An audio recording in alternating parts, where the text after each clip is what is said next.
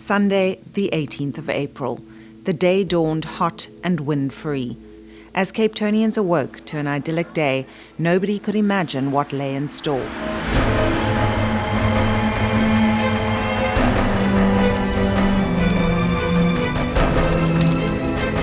It would mark the start of a 3-day battle against runaway mountain fires that would ultimately destroy priceless cultural heritage buildings and artifacts, and raise questions about the management and preservation of a mountain range that remained infested with alien trees, whose fire load contributed significantly to the catastrophic effects of the disastrous fire.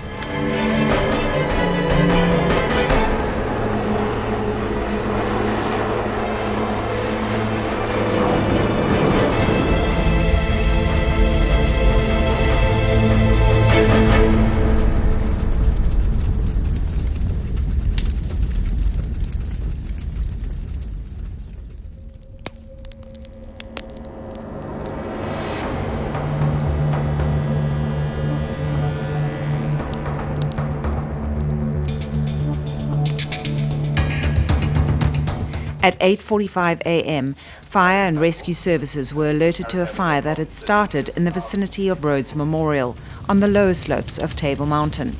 Firefighters were dispatched and aerial support was called in. Sandparks immediately evacuated as many hikers in the Newlands and Rhodes Memorial area as practically possible. As the flames spread, a gas canister at the Rhodes Memorial restaurant exploded into a massive fireball.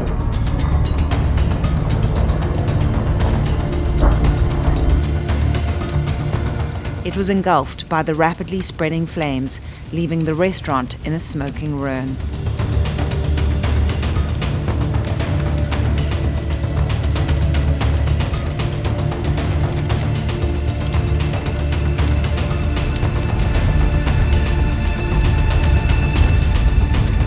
In a very short time, the raging fire spread to the neighbouring campus of the University of Cape Town, fueled by the towering alien pine forest surrounding the upper reaches of the university.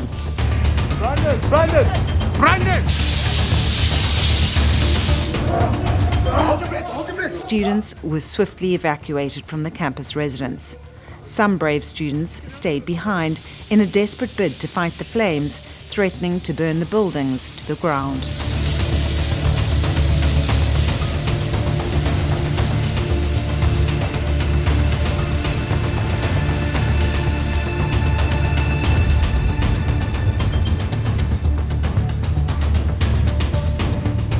Kalaba Chibali, the son of the warden at Smuts residence, also did not hesitate to risk his life.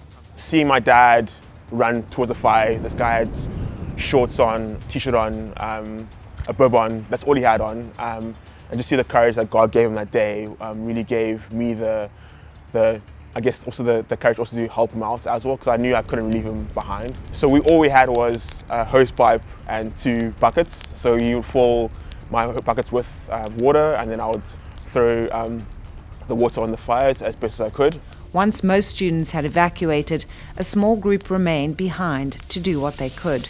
As the day went by, I really got a sense of we were actually, winning this battle. And when all that adrenaline is kind of kicking in, you got to put your body on the line. There's no sense of like your life being in danger, more like trying to save this, historic building and something that's really symbolic to the institution.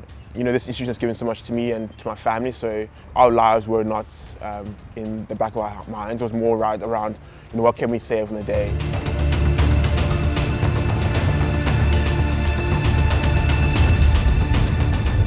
The day grew hotter as time wore on, with the temperature soaring to over 30 degrees, the clouds of smoke blocking out the sun, and the sounds of helicopters and sirens echoing across the city.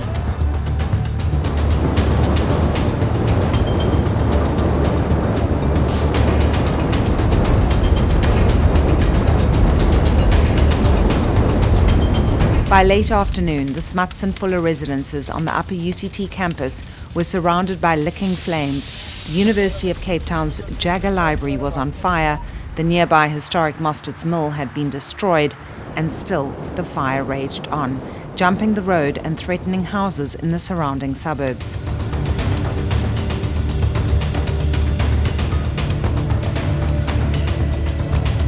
Then the fire snaked upwards and over the neck of the mountain, making its way to the upper reaches of the city bowl.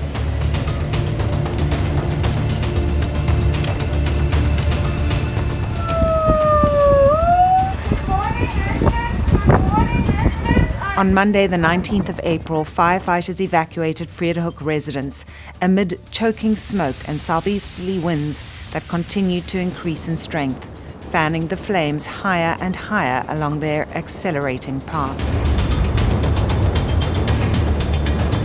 On Monday, the fire basically came over that night, Sunday evening, over from the southern suburbs area, which is where UCT lies, over the Devil's Peak estate side towards Vredehuk. And the wind was going 40-50 k's an hour. It was so bad the helicopters couldn't fly. So you were reliant on your ground crew.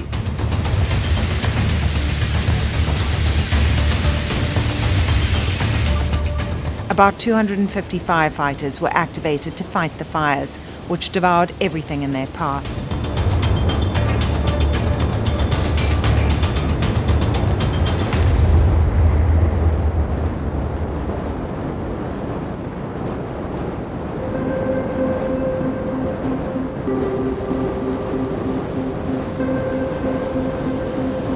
Our major constraint was the weather, and the wind on Monday just made, we could have had 100 helicopters, for example. We wouldn't have been able to use them because they couldn't fly. And the fact that we didn't lose any body or anything is testament to the incredible work the people did. But the fire did not start in only one place. People must remember, we talk about fire number 1 and fire number 2. Fire number 1 was the fire that started on the Vaal Drive on Sunday morning. Sunday evening there was what we referred to as fire 2. There was 3 different fires that were started deliberately just above Philip Kogesana Drive. And that was the person that was apprehended was in connection with fire 2, not fire 1. Initial investigations indicate that the fire was started by a homeless person and left unattended. A 35-year-old man was arrested after he was spotted by Vredehuk residents starting a new fire. The suspect has since appeared in court on a charge of lighting or causing an open fire without proper authority. He has been released on bail, and the state is no longer pursuing a charge of arson.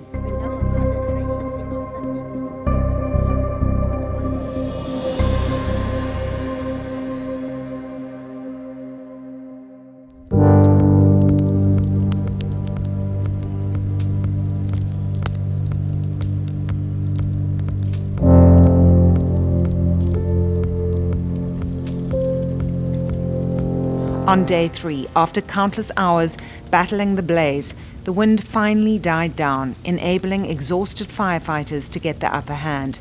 But then, the full extent of the devastation the fire left in its wake was revealed. Its biggest victim, the buildings and irreplaceable books and films in the reading room of the Jagger Library.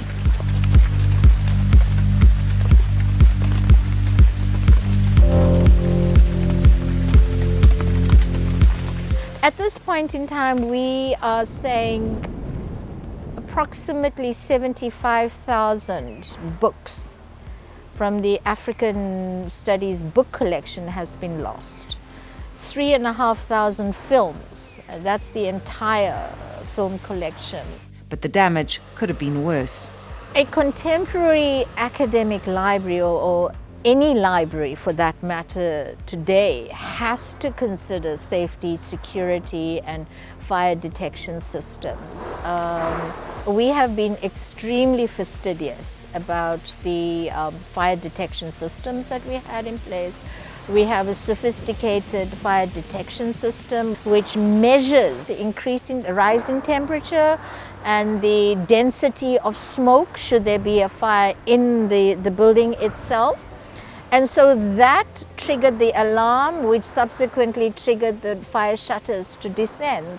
And so that in itself prevented the fire from breaching the shutters and entering the other parts of the library, which would have been destroyed if we did not have the system in place. Fires in Cape Town are a relatively regular occurrence, But this one is particularly significant because of the cultural heritage that has been lost as a result. 600 hectares were burnt, much less than previous fires, but far more devastating in terms of the damage it caused.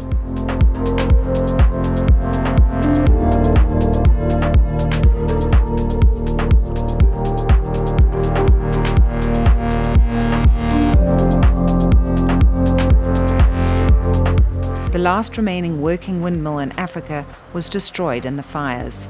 I had no sleep at all on Sunday night. I've spent 25 years of my life looking after this mill, so I was completely and utterly heartbroken by what I saw. I actually came up to the mill at 6 o'clock on Sunday evening and the last flames were still flickering in the mill, and my heart sank right down into my boots. Yeah.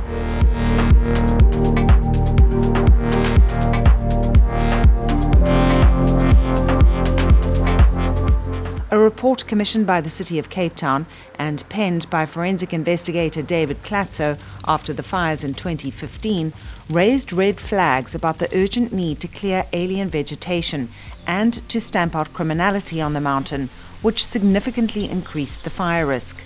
But Klatzo says little has been done. It's got worse since my 2015 report.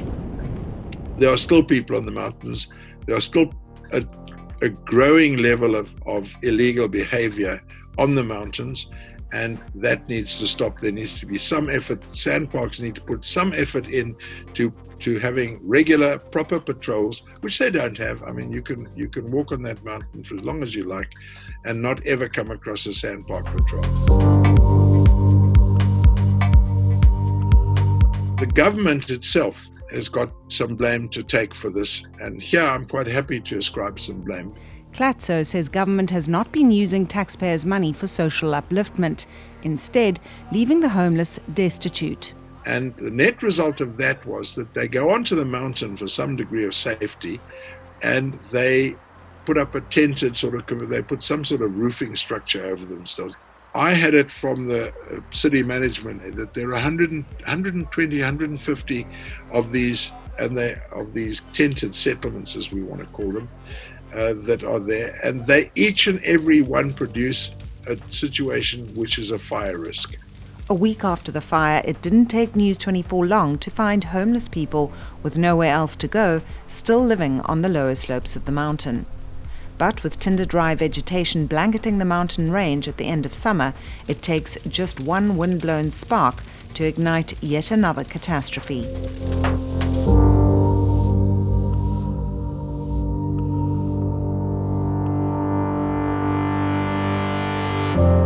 Rabbi Nissen Goldman risked his life to save the Torah from the University of Cape Town's Kaplan Center. The building did not go up in flames, but was dangerously close to the fire. I knew we had to go, we had to try, but the roads were blocked. I mean, there was no access. There were disaster risk management teams were all, there were blockades. And I knew that I couldn't get up there by myself. They wouldn't allow me. The only way we can get up there was with an emergency vehicle. So thank God for the medics in our community. We were able to source a paramedic car, and we went together with some volunteers, and I had a key to the building, thank God, and we just went straight through.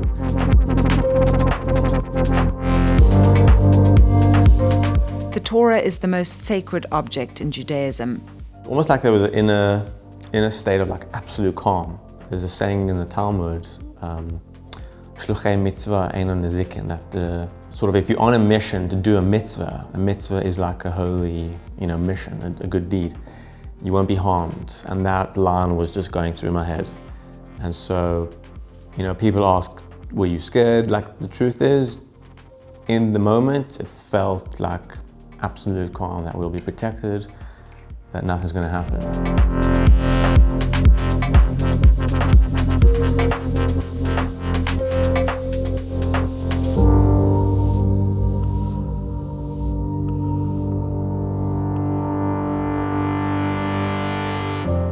The University of Cape Town will also need to do some reflecting.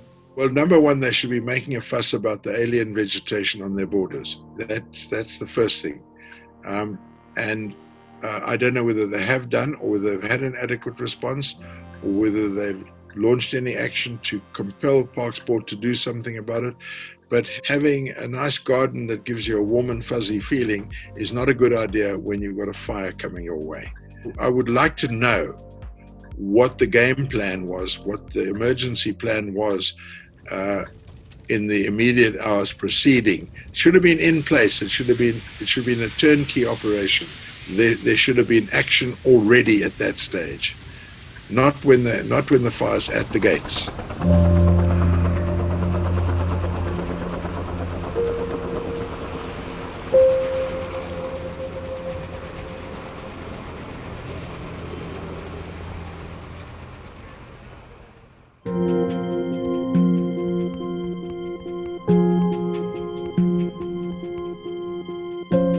Sandpark's Table Mountain Fire Chief Philip Prince says those trees were a heritage issue. If we look at the stone pines on Grooteschuur Estate, that stone pines, and there's a lot of people that ask the question why Sandparks did not remove those trees. Sandparks could not remove those trees because that trees is part of what we refer to as the cultural and historical landscape. So this was a heritage issue. So we couldn't remove the trees. Only dead and dying trees, was removed over a period of time. Then there was a report that was drafted in 2012. They call it the UCT Heritage Park Management Framework.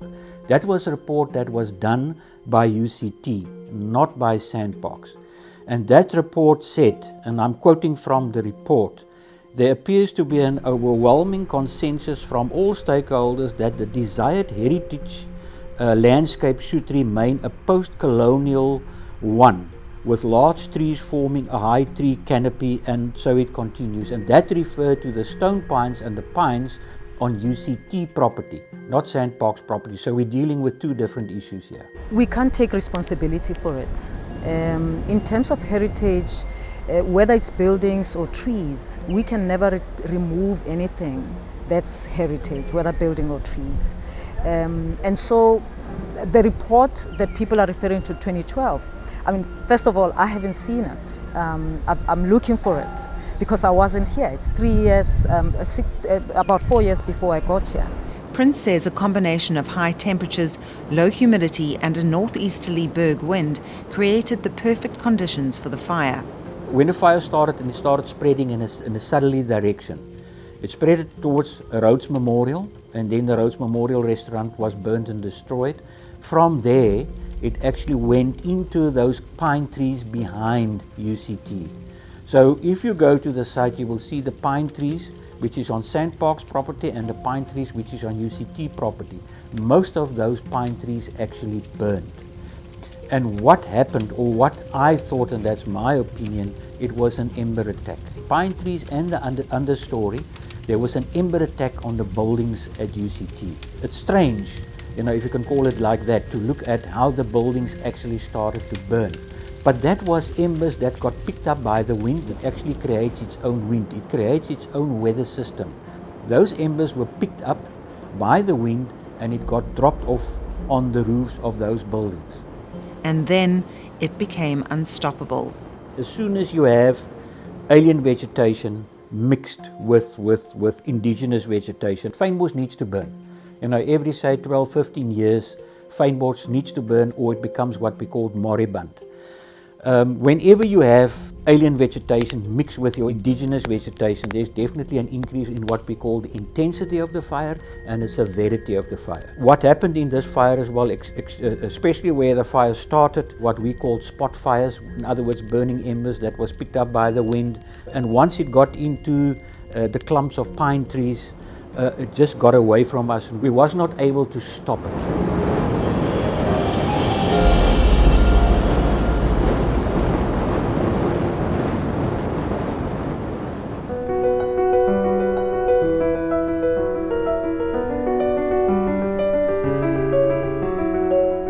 As Cape Townians grapple with the losses, a total of 11 buildings destroyed, with the worst damage suffered by the University of Cape Town, there will be pressure on Sandparks and government to provide some answers to what appears to have been an avoidable catastrophic outcome. Let's get the answers to the questions, and they are not unreasonable questions. And somebody at UCT and at the Parks Board need to do some please explaining. Why do you allow such a dangerous conglomeration of foliage to be on the border with a national resource? I mean, we're talking about a national treasure. The library is irreplaceable.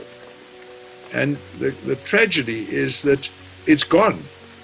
And everybody's saying, oh, oops, that's not good enough.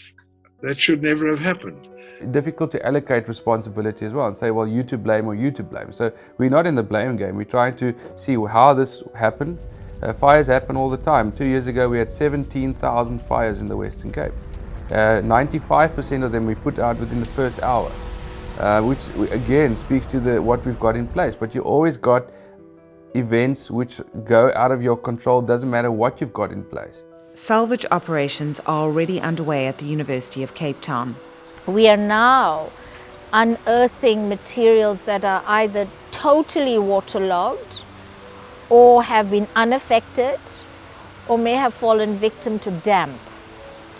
So there's a huge salvage process that's being undertaken at the moment, and we are responding to what is confronting us. And so again, we're being very wary of articulating what may or may not be lost, because we feel that it's our responsibility to engage with the individuals or families that have entrusted us with their materials.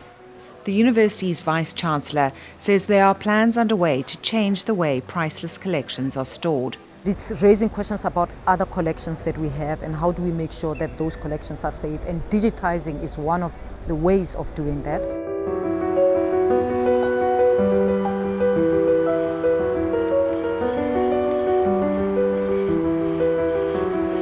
Rebuilding operations of the Mustard Mill, built in 1796, have also already begun. The machinery inside the mill was of a Dutch origin, but the building itself is Cape Dutch, so it's totally unique. The beams inside the mill are the original from the building 200 years ago, and they are old ship's timbers that would have got from old wrecked sailing ships on the beach. All the woodwork inside the mill has burnt. All that remains inside the mill is the blacksmith's work, much of it from the 200-year-old construction of the mill. We've collected all the metalwork, and our intention is to reuse that, so at least something of the old fabric of the mill will be back in the mill when we restore it.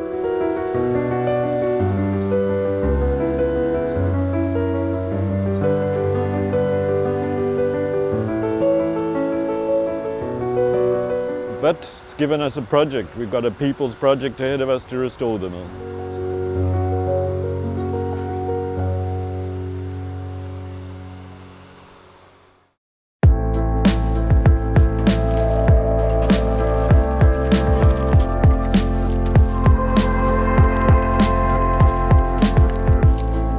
The people of Cape Town have rallied to support those affected by the fires and to help try and restore what's been lost. Donations flooded in for weary firefighters, and affected students were accommodated at hotels. The bravery shown by the firefighters and even ordinary Cape Townians will provide some comfort in the coming days as the full extent of the losses is tallied.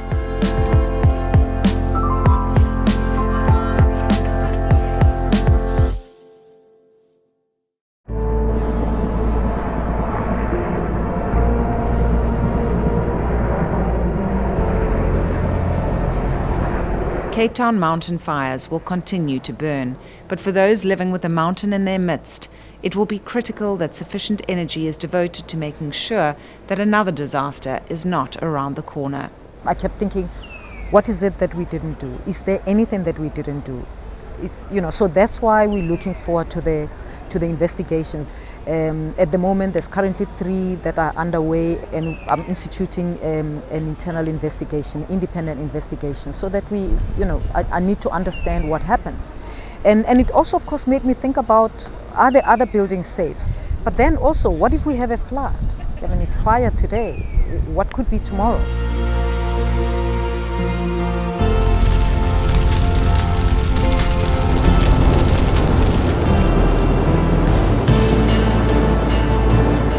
it's an annual thing that happens. You do experience huge losses to communities, but I think the fact that the university was directly impacted, it gives us the leverage to elevate the conversation and the seriousness of the conversation. That for me is very critical. How do we use opportunities such as these that are presented to look for the public good, the greater good, and what needs to be done? This will require the cooperation of Sandparks, the City of Cape Town, the University of Cape Town and national government. Attractive as the stone pines on the slopes of Table Mountain might be to some, the time may have come to look into whether their preservation can be justified.